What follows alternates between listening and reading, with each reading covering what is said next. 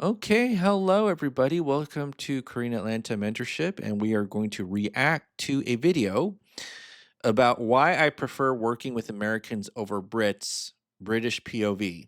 And this is from one day ago. So I want to see what this lad or Chad, or do they call him blokes? I don't even know. What this dude, that's an American slang, I think, has to say about why we should work with Americans over British people from a British perspective, even though I am not British. So let's go ahead and watch. Now of British entrepreneurs dunking on Britain and British people, but praising Americans and the American attitude to business, saying Britain should be more like the Americans. And I fully understand why this is happening. And I'm going to be brutally honest. It makes sense. It makes perfect sense. And I'm going to talk in this video about the difference between selling to Americans and selling to British people, the difference between working with Americans and working with British people.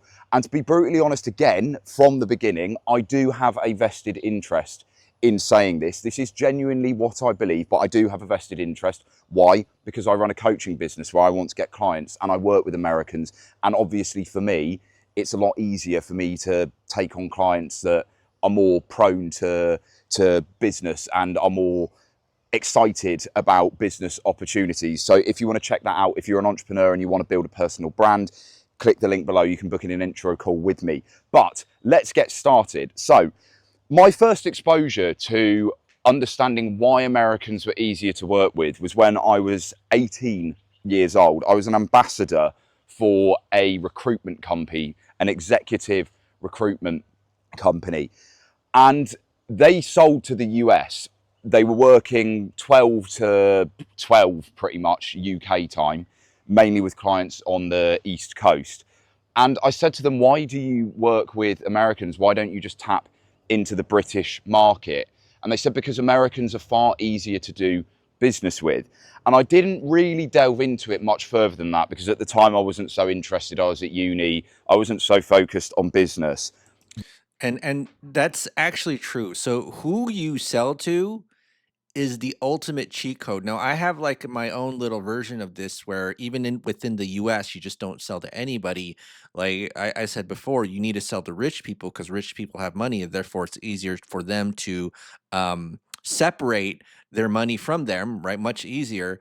But you'll find that in many instances of in society that certain groups of people are better at certain things than others, even if they speak the same language. So what he's saying right there is like, hey, our country, speaking English, we have a different culture and sentiment towards this thing called business than the quote Americans, right? I don't even know why I put the quote, but than Americans. But then when I graduated, I got a job working for a Canadian company that have a lot of business in America. They're called Reuters, Thomson Reuters. And it was a similar thing. They targeted America primarily. They did a lot of British events as well, but a number of their events, I was doing conference production, so B2B networking events. A number of their events were in the USA. And it was the same thing. They said Americans are far easier to do business with, and they are far easier to sell to. Now, it makes That's actually true, believe it or not, and this is just me talking about myself personally. If you ever upsell me into something, I'd be like, "I'm kinda curious. I'm kinda curious. Ooh, what is this thing that you're trying to sell me into?" And then I probably have gotten scammed more times than I probably wanna admit, but I still am like that, It's not it is what it is, but I am easy to sell to. In fact, if you ever have, like, one of those Calendly links where I know you're gonna sell me something, even before the call, I've already made up my mind that I'm gonna whip out my credit card, Like, that's just the type of person that I am. makes perfect sense that it's this way, because American culture is deeply embedded with capitalism and opportunity. It is the land of opportunity. And whether you agree with this or not, whether you agree with the American dream, you can look at this in the broader picture. Yes, there are plenty more millionaires, billionaires, rich people doing well, but there's also very severe inequality and a lot of people with enormous credit card debt, etc., etc. But at its core, in its culture, it is far more business oriented. and the people are far more open to opportunities and being sold to. I believe by the time an American is in their teens, they've watched, I think it's like 4,000 hours worth of commercials, right? So So is the rest of the world not like that? Because I imagine that the rest of the world has a cell phone too, and they're not addicted to the TV screen. I kind of find that hard to believe. But yes, I do think that America as a culture, compared to others, English speaking cultures like UK, New Zealand, Canada, Australia, for some reason, those, I don't know why, those cultures are not entrepreneurial oriented. In fact, most of the world is not, right? Like you get some exceptions here and there, but most of the world does not really care too much about like what do you call it? Tall poppy syndrome. That's what they say in like the non-American English speaking world, where if you do too well, they'll bring you down. Kind of like we call it what it's called, crabs in a bucket, but they got their own word for it. So yeah. they're very used to being sold to. It's a very commercialized culture. And again, that's something you can criticize. Certain things I don't think need to be commercialized, and it can be a bit too, it can be business oriented in areas that don't necessarily need to, right? So particularly in the arts and comedy, etc. But that's a different discussion. But in terms of business, right, and selling to them, the way that this looks is when you speak to Americans, they're just so much more receptive, and the vibe of the conversation, right, the energy that you feel from them is generally far more open. Now, there are exceptions to this, right? America isn't one homogenous block. In the East Coast, particularly New York, they can be a bit more direct. I was working with private equity, banks, finance, right? Those guys, they weren't really the same way. Some of them were. But the entrepreneurial Americans, of which there are many of them, it's just so much nicer chatting to them. Like, even if it doesn't work out, you tend to leave the conversation still feeling relatively positive about it. But now I'm going to contrast that to what it's like with British people. British people and Northern Europeans, we're not unique in this way, right? Actually, some of the other Northern Europeans, I would say, are even more conservative and risk averse. But British people, the Northern and the Western Europeans, they tend to be a lot more skeptical. They tend to be a lot more risk averse. They are a lot more afraid of investing and spending money. They're far more likely to focus on loss and the negatives, which is why Brits make great accountants and risk managers.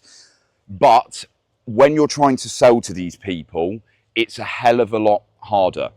And I can give you an example of this, a little story. So earlier, so I thought I'd stood on a snake then for a moment. I'm out here in Thailand. So I have a feeling that the way that and again I haven't dealt with too many British people in my life. But the attitude that you get from an average American person is why can't this work? Like, yeah, let's go ahead and try it. Whereas a British person would probably be, well, let me give you all the reasons why this can't work. Right? I have a feeling that's where we're going. Earlier last year, I had two clients, prospects even, not clients, come in the space of one day. One of them was American and one of them was British. The British guy, really intelligent, really well educated, high earner, earning nearly £200,000 per year. So that's around 250, 270 USD at the time that I'm recording this, right? So he was well, he was in the top bracket of tax in the UK, a good earner, right? And he came to me looking for accountability with a project that he was building out. So one of the things that I still do and used to focus on a lot more was helping people to build their online projects, to get their business up and running. I would just hold them accountable and they would bounce ideas off me, and I would tell them things straight, tell them what they might be doing wrong, what they could do better, and essentially act like a sound box and somebody in their soundboard, even somebody in their corner, right? And this guy, he'd been deliberating on his project for a long time, and he actually came to me with the offer of what he wanted. Normally, I would present the offer, but he came to me with a full list of everything that he wanted, right? So he wrote out the offer exactly as he wanted it. And then I said, okay, yeah, we can do this. And I pitched him £750 per month for 2 months, right? Or yeah, 2 months, and then we see how it goes. After that, you can decide whether we stop. I don't like to lock people in. So that's $1,000 a month, basically. And his response was shock. He was terrified at spending that much money. Bearing in mind the guy was earning £180,000 per year. Don't get me wrong, paying a lot of tax in the UK on that. Too much tax, I would say. And living in a part of the UK that was expensive. But he had a lot of disposable income. A lot of disposable income. And he was terrified about it. And he took 2 weeks to decide whether he was going to go ahead with it or not. Really deliberated. On the call, his response was like, I wasn't expecting it to be that much money. I don't know if I can do that. And this is so fucking typical of British people. They are always like this. It's a mindset, regardless of the money in the account. Now, obviously, having more money can give you more confidence, right? I have clients who they don't object in the same way. They're not so risk averse, and they're earning significantly less. And British guys that are like this, right? But it's far, far more common to have this kind of response, the kind of questions that they ask. Are there any guarantees that this is going to work out? Is there a guarantee that my personal brand is going to hit X amount of followers in X time? Is it guaranteed that my business is going to make X amount of money? What if it doesn't work? I want a guaranteed ROI. And it's like, mate, for fuck's sake, this isn't how business works. This is not how entrepreneurship works. Korean people, for the most part, are like this too, right? So it seems like Korean people have a little bit more in common with the British mindset than the American mindset, in my opinion. But Americans, they get that, right? They get that. And obviously, like I said, self-interestedly, it's far easier to sell to these people when you don't have to deal with all of these mindset blocks and objections, as they would be called in sales, right? These objections, they are mindset blocks most of the time. They're fear-based, they're self-sabotaging, and a lot of the time people, they don't realize that that's what it's coming from, and they don't realize that actually in taking the risk and doing the uncomfortable thing, that is where the growth is going to come on. And it doesn't mean that you just jump into things willy-nilly, right? And yeah, obviously there are plenty of people, online coaches, who are charging overpriced products and they're not delivering results. And yes, you should use an element of skepticism and scrutiny to make an informed decision on taking that risk. But Americans are just far more open to it. And again, to continue this story, the same day I spoke to an American guy, a creative, and he had recently been laid off. He had, I believe it was about 8K in savings USD. Everybody wants to make money in real estate, but are you willing to put in the work? What I've done is I've really simplified it. And I spoke to him and I pitched him the same program at the same price. And the response, yeah, sure, let's go for it. I've got to put skin in the game. Literally his words, I've got to put skin in the game. That's me. I actually did that when I was flat broke. I was like, all right, let's go ahead and do it. Now, I didn't say let me put skin in the game, but that was me. That literally was me. Like, I'm broke. Sure, I'll find out a way to shell out 2 grand for a credit card in a credit card for an educational program. Let me go ahead and do it. That literally was me. See? Difference in mindset. And there have been so many times where I've had this with Americans where, even if they don't have that money initially up front, it's like, okay, let me put it on another credit card. Now, don't get me wrong, Americans often do have a lot of credit debt, and the way that you view debt, it's a slightly complicated area. Debt is something that you leverage. If you speak to most business people and entrepreneurs, they will talk about that. But there are also risks, right? You can rack up a load of debt and it can come back to bite you on the arse, and it can cause very severe anxiety and financial stress. But Americans generally seem to understand more about the use of debt as leverage to get to a certain point. Whereas with a British person, if you even propose to them, you know, oh, could you put this on a credit card maybe, you know, are there other ways that you could leverage this? No way. Not a chance. Not a chance. 8 times out of 10. They're terrified of it. And because of this, it makes them far harder to work with from the offset. And it's not just getting them on board in the first place, it's when you work with them too. It makes it a lot harder to coach British people because they are far more fearful in taking the action and getting things done. Whereas the Americans are generally a lot more likely to do the things that they need to do, right? They recognize that. And this is why they're easier to work with, right? On its simplest level, they are far more entrepreneurial. They are far more capitalist in the way they do things. They're far more open to opportunity and taking risk. They do have very high expectations of deliverables and customer service as well, particularly in corporate. This is what I found when I was working in that environment. Is another thing that we're always told is that you really, really have to deliver because Americans can be very, very difficult when things aren't done in the way that they're expecting. And again, this is Wait a minute. Does that mean that the rest of the world has like really low standards and they don't like they'll pay for something and not expect to get what they paid for? If that's true, that's pretty sad. something that you often see in Thailand, like Americans who've come to Asia for the first time and don't realize that the rest of the world doesn't necessarily operate, well, not necessarily doesn't operate like America, particularly in Southeast Asia. And things are maybe a little bit more cowboy out here and it doesn't go well. And the Americans get very, very butthurt about it, or some of them do. They can be very, very entitled with the way they go about things, right? But like I said, overall, right, I would rather that these people are easier to work with in the first place. I would rather work with these people who are more entrepreneurial.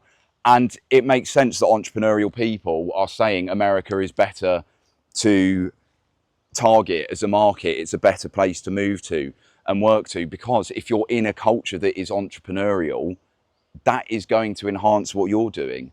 And being around that, it is more uplifting mentally. It's far more uplifting to be around that.